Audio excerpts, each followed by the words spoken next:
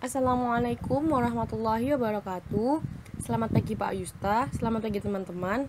Perkenalkan, kami dari kelompok 2. Pada kesempatan kali ini kami akan mempresentasikan mengenai gula lempeng.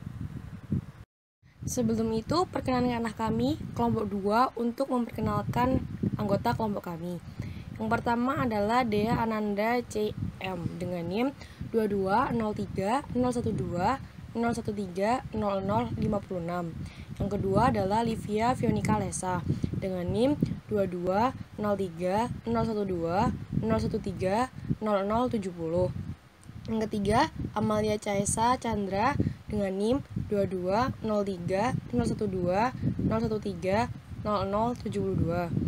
Yang keempat, ada Seto Iman Swasono dengan NIM 2203 012 013 0098. Yang kelima, Yolanda Renata P dengan NIM 2203 012 013 0100. Selanjutnya ada Pauline Natalin Sifra S dengan NIM 22 03 012 014 0074.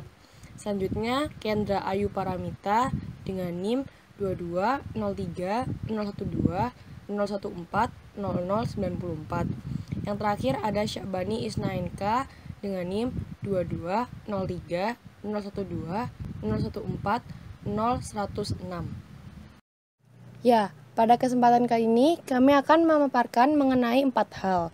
Yang pertama adalah deskripsi, yang menjelaskan tentang pengertian dari gula lempeng secara umum. Yang kedua adalah proses produksi dari gula lempeng. Yang ketiga adalah komposisi kimia yang dimiliki oleh gula lempeng. Dan yang keempat adalah senyawa bioaktif yang terdapat di dalam gula lempeng. Nah, kita masuk ke dalam pembahasan yang pertama, yaitu deskripsi gula lempeng.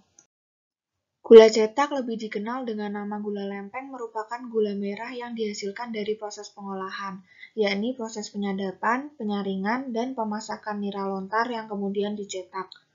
Pencetakan menggunakan daun lontar berbentuk gelang dalam berbagai ukuran diameter. Gula lontar atau gula lempeng memiliki warna kuning kecoklatan sampai coklat terang atau tua. Warna coklat dan cita rasa khas pada gula lempeng disebabkan karena terjadinya proses karamelisasi. Gula lempeng memiliki aroma khas, lebih wangi jika dibandingkan dengan gula dari kelapa maupun gula aren. Tekstur lebih empuk dan terkadang menyerupai gula pasir yang dipadatkan namun memiliki tekstur lebih halus dan warna sedikit kecoklatan. Gula lontar merupakan pemanis yang dihasilkan dari pengolahan nira pohon Paracesus flabellifera, Linn, atau yang umum disebut sebagai palma lontar atau pohon lontar. Provinsi Nusa Tenggara Timur merupakan provinsi yang terkenal sebagai salah satu sentra penghasil gula lontar, yaitu gula lempeng serta varian olahan nira lontar lainnya, seperti tuak, cuka asam, dan laru atau sopi yang menjadi minuman keras khas Nusa Tenggara Timur. Mengapa Provinsi Nusa Tenggara Timur menjadi sentra gula lempeng? Tentu saja Nusa Tenggara Timur memiliki sumber nira lontar yang melimpah. Hal ini didukung oleh tingkat vegetasi pohon lontar yang tersebar di Provinsi Nusa Tenggara Timur, terutama di Pulau Sabu, Pulau Rote, Pulau Timur, juga Pulau Samba. Tak terkecuali di Desa Tuabukan, Kecamatan Kupang Timur, Kabupaten Kupang, Nusa Tenggara Timur, mayoritas penduduk di desa ini mengolah air nira yang disadap dari nektar lontar menjadi gula air atau gula cair dan gula lempeng. Nah, untuk materi yang kedua adalah proses produksi dari gula lempeng. Selanjutnya adalah proses produksi. Untuk memproduksi gula air atau gula lempeng, terlebih dahulu bunga pohon lontar disadap. Selanjutnya, hasilnya akan dimasak untuk menghasilkan gula air. Gula yang berbentuk cair tersebut, jika dimasak lagi menjadi kental dan didiamkan, akan menjadi gula yang padat. Gula padat inilah yang biasa disebut sebagai gula lempeng. Nah, ini adalah gambaran proses produksi dari berbagai produk yang memanfaatkan nira. Jadi yang pertama-tama, bunga pohon lontar itu disadap. Nah, itu akan nanti menghasilkan nira. Nira itu akan direbus dan menghasilkan gula air. Nah, dari gula air ini akan bisa menghasilkan berbagai produk tergantung dengan cara pengolahannya. Misalnya, Apabila gula air ini ditambah air, maka jadilah minuman. Lalu apabila ingin membuat gula semut dari gula air ini, tinggal dihablurkan. Kemudian kalau misalnya kita ingin membuat gula lempeng, itu gula airnya dikentalkan sehingga akan menghasilkan gula lempeng. Selanjutnya, komposisi kimia dari gula lempeng. Nira adalah cairan yang disadap dari mayang atau bunga jantan pohon yang dapat dikonsumsi secara langsung, tetapi dapat juga diolah menjadi produk yang bernilai ekonomis. Nira siwalan atau lontar memiliki cita rasa yang manis karena mengandung gula sederhana atau karbohidrat. Adapun komposisi kimia nira dari suatu jenis tanaman dipengaruhi oleh beberapa faktor seperti varietas tanaman, umur tanaman, kesehatan tanaman, keadaan tanah, iklim, pemupukan, dan pengairan. Berikut merupakan tabel dari komposisi kimia nira siwalan atau lontar. Kita bisa lihat di tabel bahwa ada total gula, gula reduksi, protein, nitrogen, pH, spesifik, gravity, mineral sebagai abu, fosfor, besi, vitamin C, dan vitamin B1. Dalam masing-masing komponen memiliki jumlah yang berbeda-beda. Contohnya seperti gula total. Jika gula total ditambahkan gula pasir dan suhu pembibitan, maka akan berpengaruh kepada gula total. Nah, semakin tinggi penambahan gula pasir, maka akan menyebabkan peningkatan kadar gula total yang merupakan larutan berkomponen non-sukrosa dan sukrosa, sehingga pada saat ditambahkan gula pasir, sukrosa yang dimiliki oleh gula total tersebut akan menambah. Nah, kalau jika semakin tinggi suhu pembibitan yang dilakukan, maka akan semakin rendah total gula yang akan dihasilkan.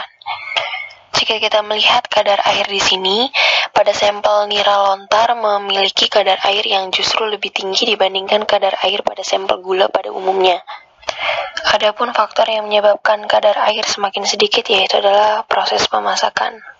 Hal tersebut terjadi karena adanya penguapan sehingga konsentrasi padatan akan meningkat juga. Selanjutnya adalah kadar abu. Kadar abu yang tinggi termasuk salah satu faktor penentu gula yang dapat menurunkan mutu gula. Kadar abu akan terbilang tinggi jika sekitar 1,91% dan sudah memenuhi syarat SAE maksimum 2%. Dan untuk yang terakhir adalah kadar gula reduksi. Kadar gula reduksi itu adalah penambahan gula pasir yang menurut perubahan suhunya akan berpengaruh pada kadar reduksi gula.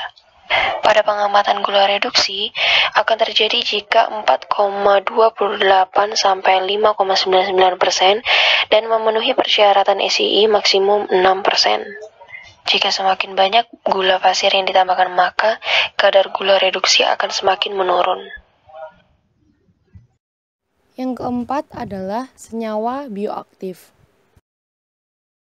Senyawa bioaktif adalah senyawa esensial dan non-esensial seperti vitamin atau polifenol yang terdapat di alam, menjadi bagian dari rantai makanan dan memiliki pengaruh terhadap kesehatan tubuh manusia. Senyawa bioaktif disebut juga sebagai nutraceutical yang di dalam pangan berperan sebagai unsur alami dalam bahan pangan dan memberikan manfaat kesehatan di luar nilai gizi dasar bahan pangan seperti karbohidrat, protein, ataupun lemak.